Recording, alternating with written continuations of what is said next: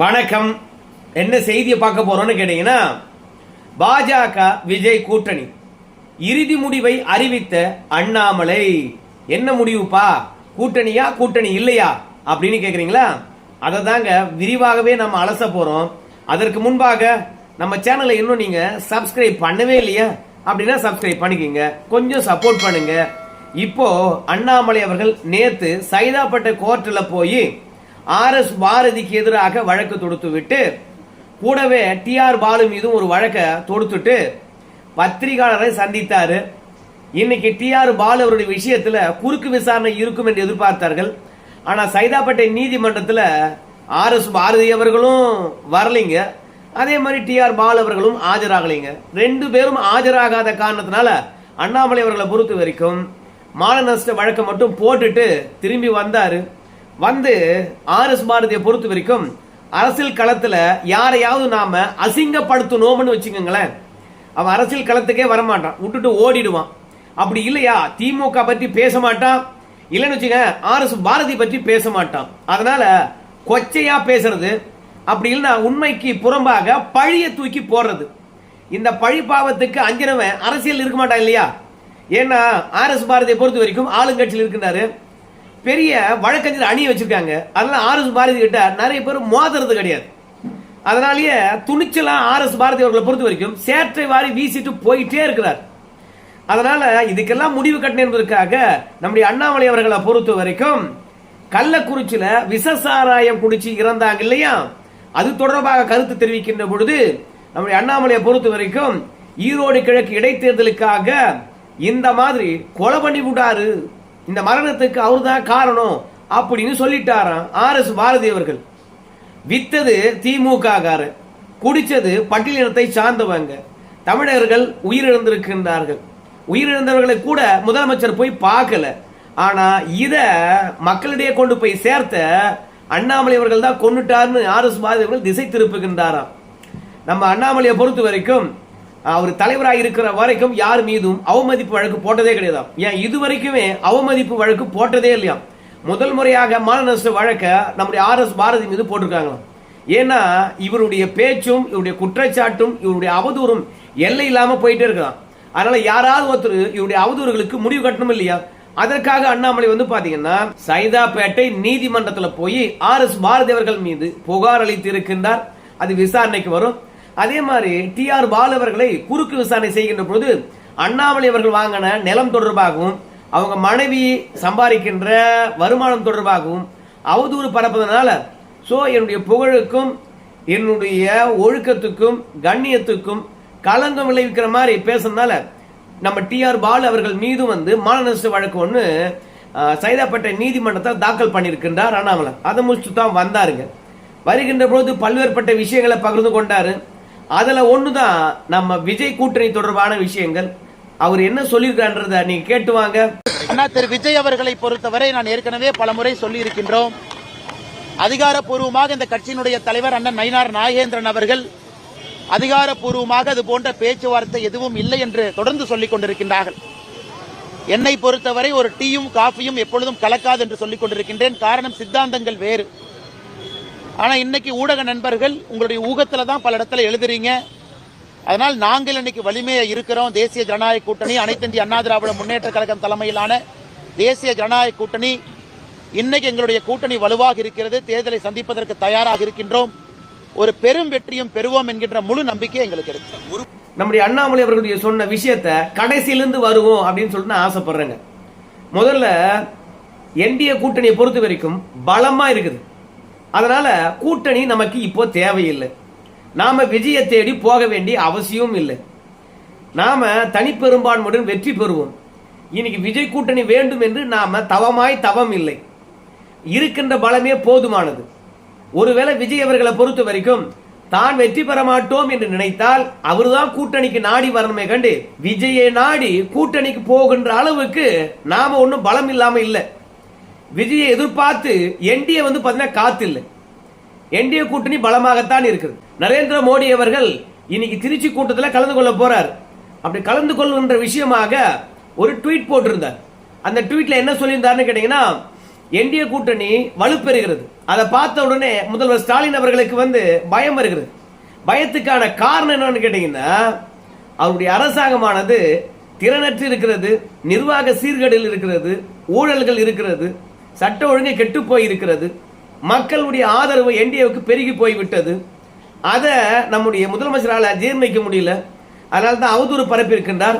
நாளைக்கு சென்னைக்கு வரேன், அங்க கச்சேரி வச்சுக்கிறேன் அப்படின்னு ட்வீட் போட்டிருக்கின்றார். சோ மோடி அவர்களே என்டிஏ கூட்டணி பலமா இருக்குது அப்படின்னு சொல்லிட்டு பிறகு நாம கூட்டணியை நாடி போலிங்க, விஜய் வந்தால் வேணான்னு சொல்ல போறது இல்லைங்க அப்படின்ற விஷயம் மட்டும்தான் என்டிஏ கூட்டணி வலிமையா இருக்கிறது, நாங்க வெற்றி பெறுவோம் அப்படின்றத கடைசியில பதிவு பண்ணுகின்றார். அப்புறம் அப்படியே முதலுக்கு வருவோம்.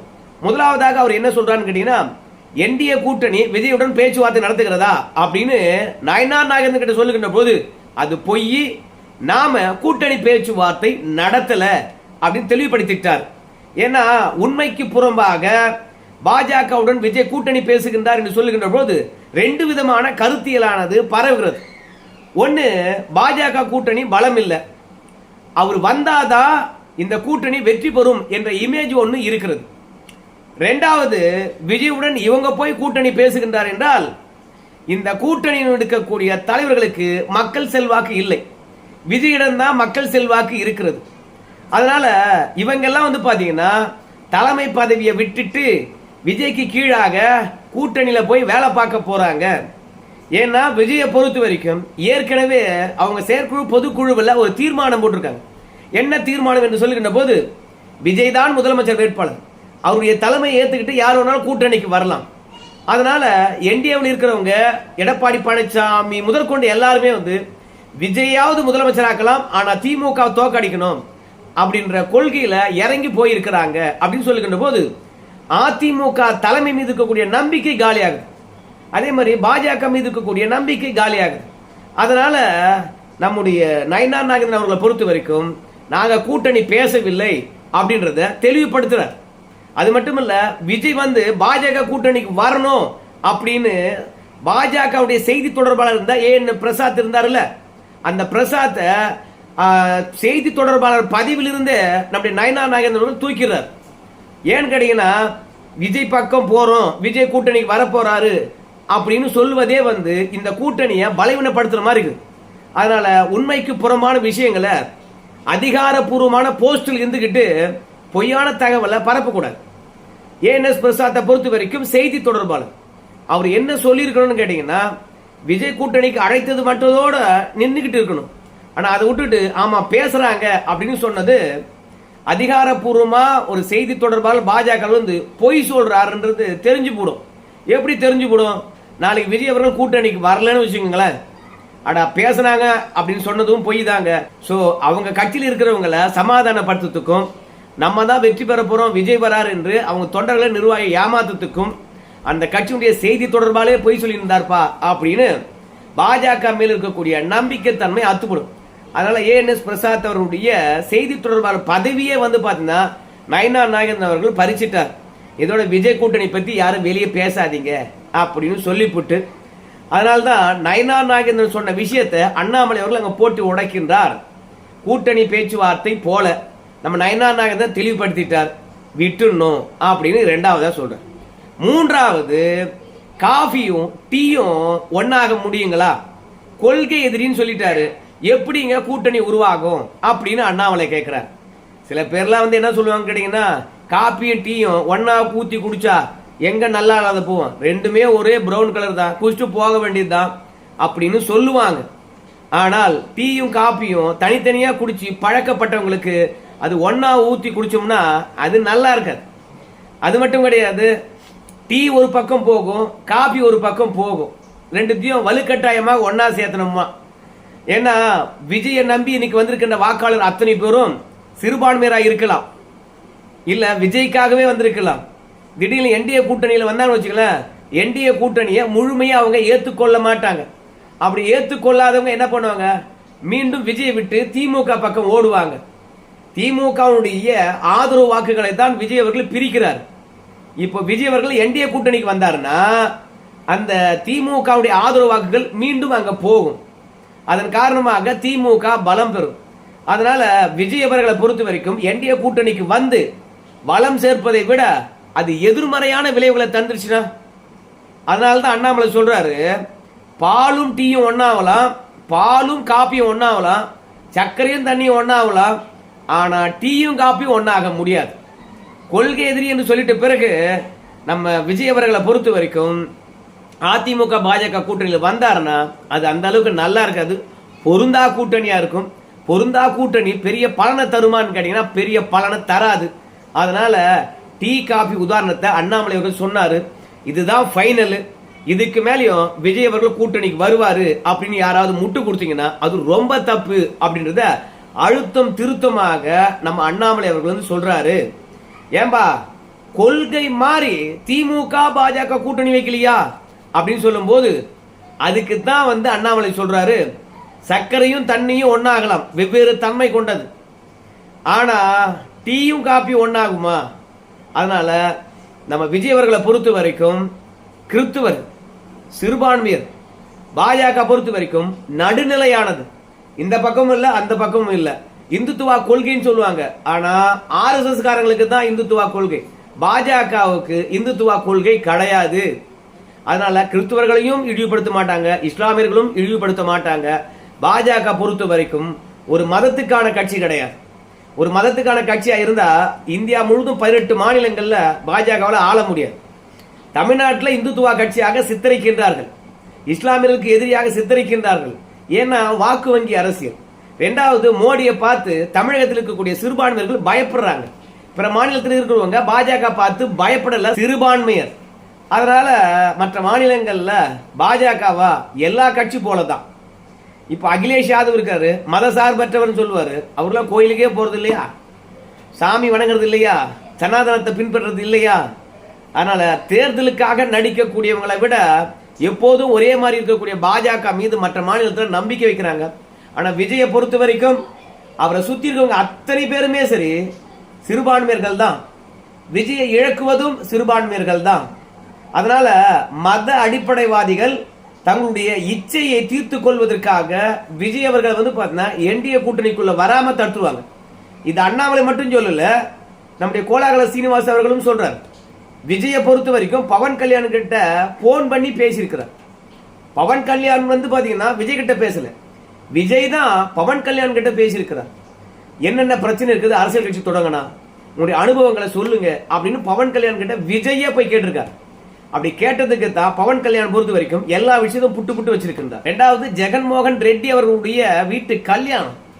அந்த கல்யாணத்துல ஜெகன்மோகன் ரெட்டி வந்திருந்தாரு, விஜயும் வந்திருந்தாங்க. அப்ப ஜெகன்மோகன் ரெட்டி சொன்னாரா, ஒரு மாநில கட்சியை வந்து நீங்க தொடங்கி இருக்கீங்க, அதனால தேசிய கட்சியினுடைய ஆதரவு உங்களுக்கு தேவைங்க, நீங்க பாஜக எதிர்ப்பதை முதல்ல நிறுத்துங்க, நீங்க கூட்டணிக்கு போறீங்க போகாத போறீங்க அதெல்லாம் வேற விஷயம். ஒருவேளை பாஜகவை எதிர்ப்பதன் மூலமாக பாஜகவுடைய எதிர்ப்பு வாக்குகள் உங்களுக்கு வரலாம்னு நினைக்கிறீங்க. ஆனால் பாஜக எதிர்ப்பு வாக்குகளை விட மாநிலத்திலும் எதிர்ப்பை சம்பாதிச்சுக்கிட்டு மத்தியிலும் நீங்க எதிர்ப்பை சம்பாதிச்சுக்கிட்டு கட்சியை நடத்த முடியாதுங்க. அதனால கொள்கை எதிரி என்று சொல்லிட்டீங்கன்னா உண்மையா இன்னைக்கு தேர்தல் மத்தியிலையா, அப்போ மத்தியில் இருக்கக்கூடிய தலைவர்களை விமர்சனம் பண்ணலாம், மாநிலத்தில் தேர்தல் நடக்குதா மாநில தலைவர்களை விமர்சனம் பண்ணலாம். ஆனா சம்பந்தமே இல்லாம ஒரே தருணத்துல ரெண்டு பேரும் பகைச்சிட்டீங்கன்னா ஒன்னு நீங்க ஆட்சியில் இருக்கணும், இல்லைன்னா நீங்க எதிர்கட்சியா இருக்கணும், இல்லையா உங்களுடைய வாக்கு வங்கியானது நிரூபிக்கப்பட்டிருக்கணும். என்னைக்காவது ஒரு நாளைக்கு விஜய் அவர்கள் நமக்கு பயன்படுவார் அப்படின்னு மத்தியில் இருக்கக்கூடிய கட்சி உங்களை நினைக்கணும்.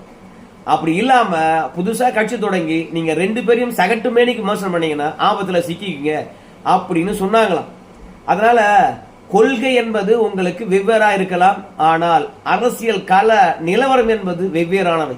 அந்த நிஜத்தை புரிஞ்சுக்கிட்டு கூட்டணி வைக்கிறதா பாருங்க அப்படின்னு ஜெகன்மோகன் ரெட்டி அவர்கள் வந்து நல்ல அட்வைஸ் பண்ணாரா. அதிலிருந்து தான் பாஜகவை விமர்சனம் பண்றது கிடையாதான். அப்படி விமர்சனம் பண்ணாத காரணத்தினால தான் பாஜக விஜய் கூட்டணி உருவாகுதுன்னு சொல்லிட்டு அடிச்சு விட்டாங்களாம்பா. அது பத்திக்கிச்சான்.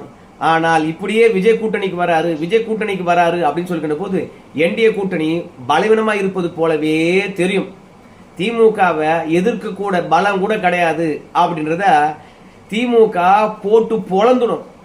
இந்த மாதிரியான உளவியல் ரீதியான கருத்தை நாம உருவாக்கிக்கிட்டே போனோம்னா தேர்தல் நெருக்கத்துல பாஜக கூட்டணி பலமா இருக்குது அப்படின்னு சொன்னா கூட மக்கள் நம்ப மாட்டாங்க. அதனால விஜயை எதிர்பார்த்து நாங்கள் அல்ல, அந்த கூட்டணி பொருந்தவே பொருந்தாது.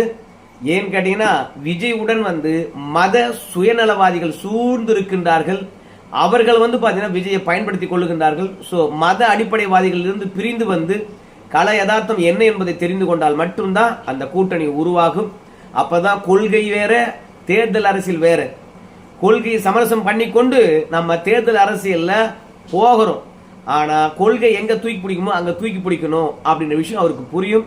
ஆனா மத அடிப்படைவாதிகள் விஜயை வழிநடத்தி செல்வதனால பாஜகவுடன் கூட்டணிக்கு வரவே முடியாது. வந்தாலும் அது டீ காப்பி ஒன்னா சேர்க்கிற மாதிரி பொருந்தா கூட்டணியா இருக்கும். பொருந்தா கூட்டணி வெற்றி வரைக்கும் அழைத்து செல்லுமான்னு கேட்டீங்கன்னா நிச்சயமா அழைத்து செல்லாது. அதனால வீண் முயற்சி பண்ணாதீங்க அப்படின்னு தான் அண்ணாமலை எண்ணம்.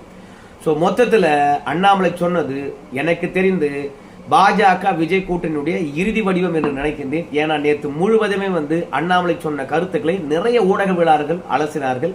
சோ எனக்கு தெரிந்து விஜய் மற்றும் பாஜக கூட்டணிக்கு அண்ணாமலை தெளிவா பேசி முற்றுப்புள்ளி வச்சிருக்காருன்னு நான் நினைக்கிறேன்.